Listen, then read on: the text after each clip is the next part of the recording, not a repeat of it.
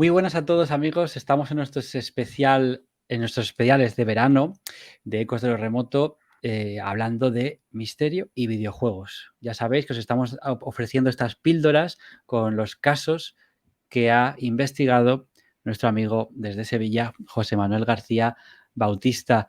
Y esta vez el caso se las trae. Posiblemente sea el último que haremos en esta temporada, en este veranito. Encuentro con un humanoide en el Aljarafe sevillano. Bauti, yo el tema humanoides es de los que más miedo me dan. Hemos hablado de sombras que también se las traen, pero es que este encuentro, otra vez, bien podría ser el guión de un episodio pues, de Expediente X, por ejemplo. Sí, este es fuerte, este es muy fuerte porque nos tenemos que ubicar en Mairena de las Jarafe, cerca del cementerio, y aquí lo que se encontraba hay un polígono industrial cerquita, y había un guardia de seguridad, y el seguridad hay un momento en el que a unos 20, 30 metros de distancia, bueno, pues él tiene la impresión de que hay alguien. Evidentemente, él que hace, estando dentro del coche, le da el contacto, mete las largas, y lo que se ve es a un individuo, vamos a empezar calificándolo así, en el que él cree distinguir unos rasgos extraños, unos rasgos muy delgados, de no demasiada estatura. Llamaba la atención las extremidades, es decir, las manos, que las tenía muy largas, y la cabeza. La cabeza era, como él dice, amelonada o ameloná, y que destacaban también por tener unas cavidades oculares muy amplias, muy grandes.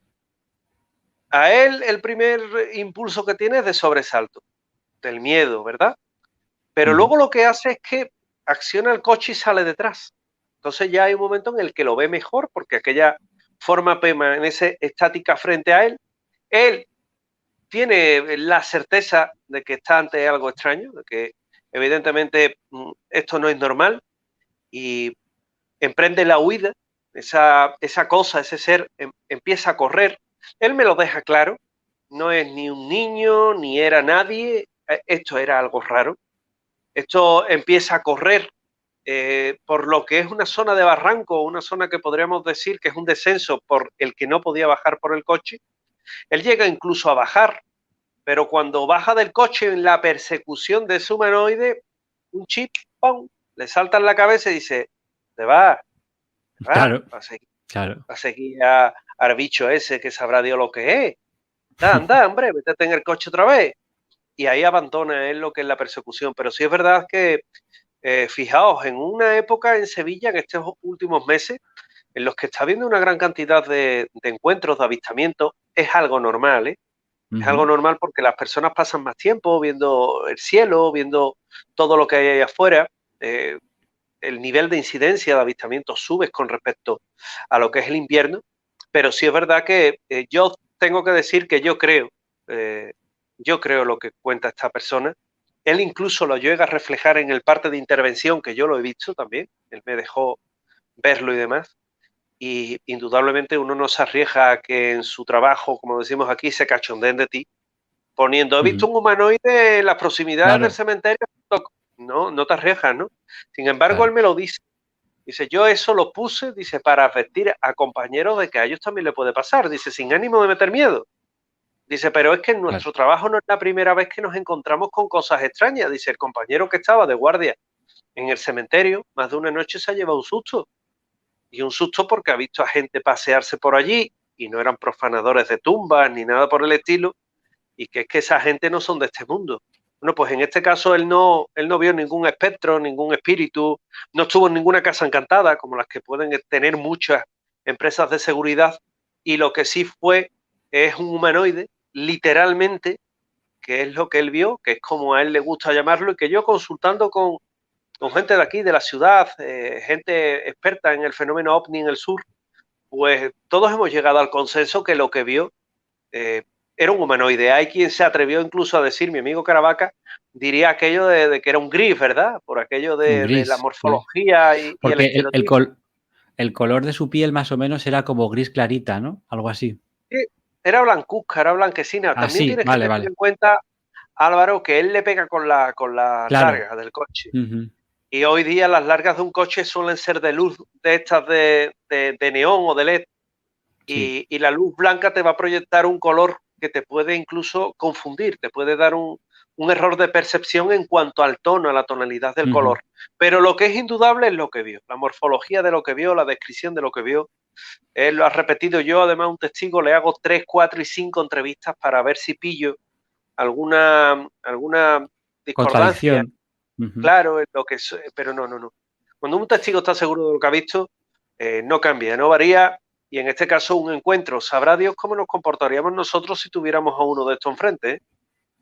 Es que voy a leer un trocito de este reportaje. Podéis leer a Bauti, entre otros medios, en el Correo de Andalucía, y te voy a dar paso, Isra, porque dice: mi sorpresa fue mayúscula cuando aquel ser se paró y me miró. O sea, me lo hago yo en los pantalones. Dice: pude ver su aspecto perfectamente y nunca olvidaré esos grandísimos ojos negros mirándome. Isra, el vigilante de seguridad, y también ahora le preguntamos a Bauti, es uno de los protagonistas principales del misterio. Él tenía que cuidar a las 11 de la noche, era en aquel momento un polígono, y se le cuela un intruso, compañero. Hombre, es que es algo muy interesante. Los vigilantes de seguridad siempre son personas que en muchos casos han sido, bueno, han sido pues los protagonistas del misterio. Y siendo Bauti una persona que está a cabo, como veis, de muchos casos, que es coleccionista de casos también, pues yo le quiero preguntar algo a Bauti, y es algo que yo he preguntado a Álvaro, he preguntado a muchas personas, es decir, ¿por qué siempre, por qué siempre vemos estas cosas en estos momentos del día? Porque vemos cuando la cosa está oscura, cuando hay menos gente, ¿estamos más atentos o es que es cuando salen este tipo de personajes no sé, a qué salen, pero salen? Yo creo que, fíjate, lo primero, un fenómeno de esta índole, un fenómeno paranormal, Isra, no tiene hora. Eso es lo primero. Eso es verdad. Correcto. Siempre son atemporales. Yo, de hecho, te digo que el caso que yo he vivido con más lucidez y con más intensidad fue a las 3 de la tarde. Pero Wow. sí es verdad que cuando hablamos de humanoides, y me voy a centrar solamente en ese aspecto puntual, parece que lo que buscan es el abrigo de la noche. Es decir, yo todavía no he visto un caso que me hablen de un humanoide a plena luz del día. Y yo os invito a tirar de hemeroteca. Siempre es en el Ujú. atardecer, en el crepúsculo, en la noche. Tal vez porque tratan de ocultarse, ¿verdad? Tal vez porque tratan de al abrigo, al amparo de la noche, hacer mejor esa actividad que tengan que hacer o ese propósito. A mí, creedme que incluso en esa OVNIS en Andalucía, que era una guía de OVNIS por toda la comunidad autónoma, o ahora que está a punto de salir OVNIS en España, pues os puedo decir que el 99% de los casos son nocturnos.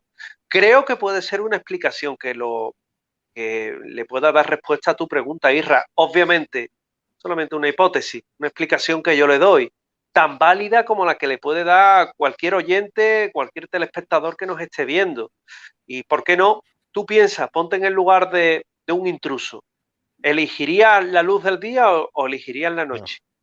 así es. Muy buena, muy buena. Muy buena esta. Es que eso es otra de las cosas que caracteriza al mundo de las sombras que yo también estudié en el libro de Más oscuro que la noche, que hay algún caso de día, pero no es nada normal, y lo más frecuente es que sean de noche porque tienen una actitud como, como de intrusos, sí, como de espías, como Esquiva, de... ¿no? Sí, pero como de incógnito, como que te están observando desde una distancia. Quieren causar también esa tensión. De noche nosotros nos encontramos más desprotegidos desde que éramos simios, porque es cuando pueden venir los depredadores, etcétera. Tenemos eso metido en el ADN y eso tiene que tener, porque esa sensación de peligro, igual que los casos de apariciones marianas o más luminosas o más así, digamos, positivas, muchos han ocurrido de día, pues estos casos que son más negativos, o al menos al testigo no le produce placer haber visto aquel ser, pues tienen que ver con la noche. Bien, vamos a hacer aquí un salto, un corte, porque para el que quiera verlo en YouTube, vamos a hablar de un juegazo, ni más ni menos. Ahí sí que nos hemos dejado todos los dedos posibles con diferentes plataformas porque ha estado presente desde las maquinitas recreativas hasta, pues por ejemplo, yo recuerdo jugarlo en la Super Nintendo y me refiero a uno de los, bueno, el juego de lucha por antonomasia, el Street Fighter. Bauti, ¿qué me cuentas? ¿Cuál es tu luchador favorito? ¡Oh! ¡Qué maravilla, ¿verdad? De juego, ¿no? ¿Os acordáis? Anda que no le hemos pegado cachiporrazos a Armandito de la calle y los botones los teníamos. Yo me hacía unos líos con el salto, con el barrio hacia abajo. A mí me gustaba este juego enormemente. De hecho, tú lo has comentado. Mira, ahí tenéis a mi preferido, a Ryu. Pero la verdad es que cuando uno ve nacer el Street Fighter, realmente se enfrenta a un juego que lo cambia todo y del que salen un montón de secuelas que de otros fabricantes. Acordaros del Fatal Fury, que era prácticamente un calco, ¿verdad? Sí, sí, o del Mortal Kombat. ¿Os acordáis del Mortal Kombat? Que también estaba. Pero el original siempre es el que tenemos que respetar. ¿Por qué? Porque era un combate callejero, era un combate que se desarrollaba en diferentes escenarios, que se tenía una barra, un estatus, hasta que se llevaba al caos. Y llegaba al caos, ya de poquito llegaba, que en muchas ocasiones llegaban los dos por los pelos, porque era todo un ejercicio de mamporro, de leñazos de todos tipos, de espatar. Hay ya incluso algunos que hacían acopio de otras técnicas y que realmente había adversarios que eran muy complicados. También era un juego de Capcom. Si hablábamos del Goblin como un juego de Capcom, Capcom vuelve a ser de las suyas y vuelve a sacar un juegazo que iba a tener una gran cantidad de secuelas, porque luego ha migrado a diferentes plataformas. Hoy día lo podemos encontrar incluso en la PlayStation y sigue siendo el juego por antonomasia de artes marciales. De los 8 bytes había juegos que eran míticos, el Exploding Fists, el Jiahar Kung Fu, el Bruce Lee, que eran juegos que un poco marcaban esta tendencia, pero este es el que provoca el cambio en todo, el cambio en lo que es ese concepto en juegos de artes marciales que tanto cautivó y que, como os decía, hay al menos 16 secuelas de este juego. 16 secuelas, es el juego que más secuelas ha tenido, con lo cual a dejarse los pulgares en él, por supuesto. Oye, ahí estábamos viendo en el vídeo a Vega, que es un poco la parte más o menos española de este elenco de luchadores. Es muy misterioso, lleva unas garras tipo Lobezno, lleva una máscara y un traje casi de torero. Bueno, casi, con es el que fajín. el personaje es torero. Hay que decirlo. Es torero. Que luego en Fatal... Sí, pero han hecho una mezcla ahí que te... Claro, es que en Fatal Fury es mucho mejor, porque Fatal Fury, que antes lo comentaba Bauti, hay un personaje que es Blood, que es un personaje que va vestido de torero directamente y el fondo es una plaza de toros pasando toros todo el rato sin parar. O sea, como si le lanzaran ahí una manada. Pero la verdad es que es un juego muy especial. Voy a preguntaros, ya Bauti lo ha dicho, estrategias y personajes. Yo voy a decir, mi estrategia era totalmente lamentable. Blanca, y de las, ¿no?, que te daba rabia jugar. Blanca era uno de ellos, de los que te daba rabia jugar contra mí. Porque yo me sabía un combo que al rival lo dejaba como por un momento paralizado. Entonces, Blanca es ese que tiraba los rayos esos que te daba un calambrazo, pero mi favorito era Dalsim. Era el maestro de yoga que salía levitando, podía estirar las extremidades y tiraba una bola de fuego que se llamaba Yoga Flame, la llama del yoga, que la tiraba por la boca y te dejaba, por un momento te dejaba aturdido. Entonces yo tiraba de esas todo el rato y ya está, y ganaba. O sea, era una cosa que no. Yo me colocaba... el rival no podía hacer nada. Yo me iba con Ryu a una esquina. Me quedaba agachado. Y a tirar a Duken. Sí, me quedaba agachado y tal. Y como iban apareciendo, barrido abajo. Y nunca te llegaban. Éramos aburridos, pero siempre ganaba. Con lo cual, mira, cada uno tenía su cosa, ¿no? Sí, a mí me pasaba con Chun-Li. Chun-Li me venía muy bien porque hacías esa especie como de saltos que te pegaba un rodillazo por encima, eso te venía muy bien, y luego tenía, cuando le dabas a tope a la patada, tenía aquella patada rápida que destrozaba al enemigo, o si no, ya para hacerlo fácil, Honda era perfecto, porque el luchador de sumo, pues lanzabas aquellas hostias con la mano rápidas y eso era imparable. Es verdad, Honda, el luchador. Yo con Blanca, que era muy raro, porque dices tú que era brasileño, pero era como una especie de ser salido del Área 51. No, Era porque como, cayó en un barril también. O sea, es ¿ves? que tiene historia. O sea, Este es como la Blanca, marmita de Asterix. claro. Como el Capitán Blanca, Morcilla.